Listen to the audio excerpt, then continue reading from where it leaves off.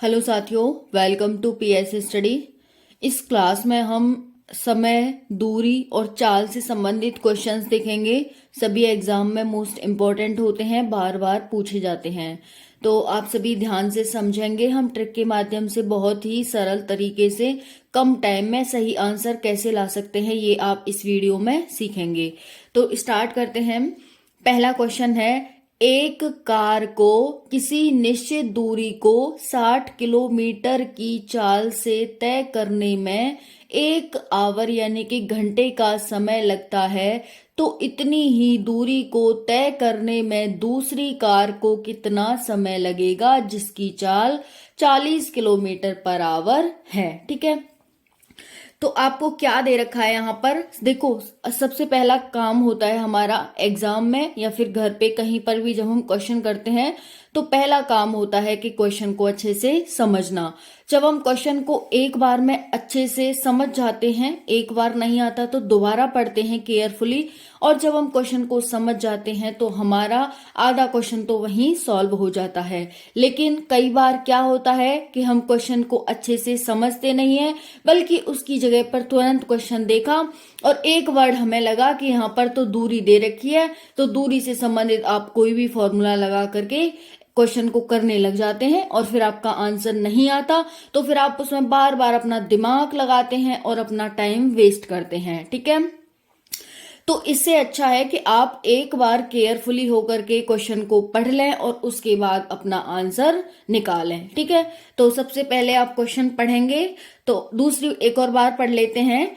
एक कार को किसी दूरी को 60 किलोमीटर पर आवर की गति से तय करने में 1 आवर का समय लगता है, इतनी ही दूरी को तय करने में दूसरी कार को कितना समय लगेगा जिसकी चाल 40 किलोमीटर पर आवर है। ठीक है, तो चाल को हम स्पीड कहते हैं, इंग्लिश में चाल को क्या कहते हैं, स्पीड। अब यहाँ पर देखेंगे, आपको एक चाल दे रखी है पहली कार की, यानी कि पहली कार की चाल क्या है हमारी, स्पीड, यानी कि S1।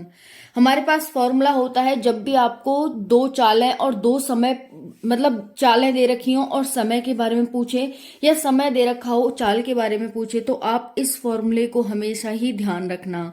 ठीक है, तो ये फॉर्मूला आपके हमेशा ही काम आएगा, बहुत ही शॉर्ट फॉर्मूला है और आपका मुश्किल से 10 सेकंड में आपका आंसर दे देता है ये। तो S1 अपॉन में S2 is equal to T2 upon में T1। S1 पहली कार की स्पीड है, S2 दूसरी कार की स्पीड है, T2 दूसरी कार का टाइम है और T1 पहली कार का टाइम है। तो आपको ये दोनों S1 S2 रखने हैं, ये दूसरी जो कार है उसका समय पहले रखना है, फिर बाद में पहली कार का रखना है। ठीक है, तो यहाँ पर S1 की वैल्यू रखेंगे। एक कार को निश्चित दूरी को तय करने में 60 किलोमीटर पर आवर, यानी कि पहले की क्या है 60 किलोमीटर पर आवर, दूसरे की चाल हम क्या है दे रखी है 40 किलोमीटर पर आवर। ठीक है, यहाँ पर किलोमीटर लिख लेंगे, नहीं तो कोई बात नहीं है क्योंकि हमें तो अपना आंसर लाना है। ठीक है, फिर है T2, यहाँ पर T2 क्या है, T2 हमें निकालना है कि कितना समय लगेगा दूसरी कार को, पहले 1 आवर। ठीक है, आवर और किलोमीटर में तो हमें कोई चेंज करने की जरूरत नहीं है, ऐसे ही हम आंसर ले आएंगे। तो किलोमीटर से किलोमीटर कट गया, 0 से 0 कट गया, 2 तिया 6, 2 दूनी 4।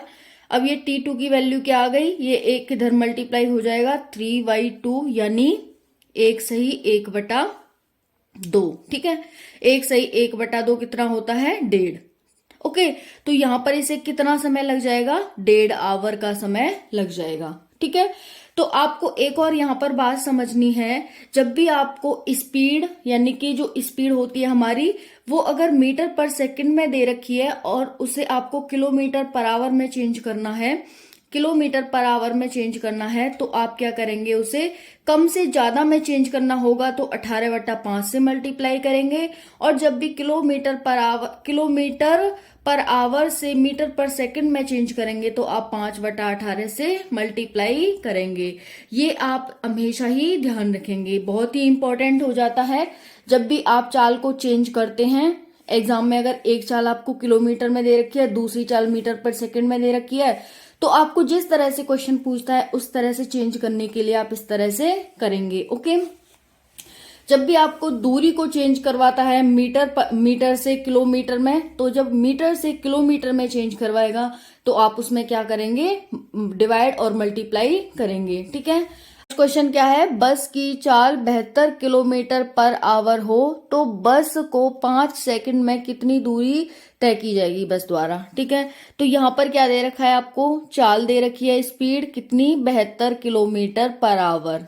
ओके, टाइम क्या दे रखा है आपको 5 सेकंड में वो कितनी दूरी तय करेगी, डिस्टेंस पूछा है। तो हमारे पास फॉर्मूला होता है दूरी इज इक्वल टू चाल इनटू समय। ठीक है, तो आप यहां फॉर्मूला रख देंगे, आपसे डी पूछा है तो आप 72, ठीक है, लेकिन ये आपको सेकंड में दे रखा है और ये किलोमीटर में दे रखा है। तो मैंने बताया था जब किलोमीटर से मीटर पर सेकंड में चेंज करेंगे आप चाल को तो क्या करेंगे, कम की तरफ जाएंगे तो 5/18, ज्यादा की तरफ जाएंगे तो 18/5। ठीक है, अब इसे समय से मल्टीप्लाई कर दो, 18 चौक 72, ये 4 बार कट गया, 4 पंजे 20, 20 पंजे 100, यानी कि उसकी दूरी कितनी हो गई 100 मीटर की। ठीक है, तो इस तरह से ये आपका आंसर हो।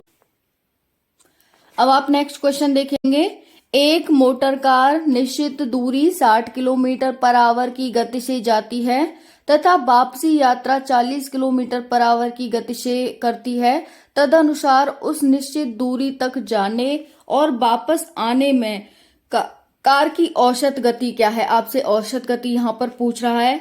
तो जब भी हम औसत गति निकालते हैं तो हमारे पास फॉर्मूला होता है औसत गति का 2xy अपॉन में x प्लस वाई। ठीक है, x पहली चाल, y दूसरी चाल, एक बार मल्टीप्लाई करना है और एक बार ऐड करना है। तो आप यहां पर करेंगे 2 का मल्टीप्लाई, एक चाल हमें 60 दे रखी है, दूसरी चाल हमें 40 दे रखी है और हमें इन दोनों को ऐड करके 100 आ जाएगा।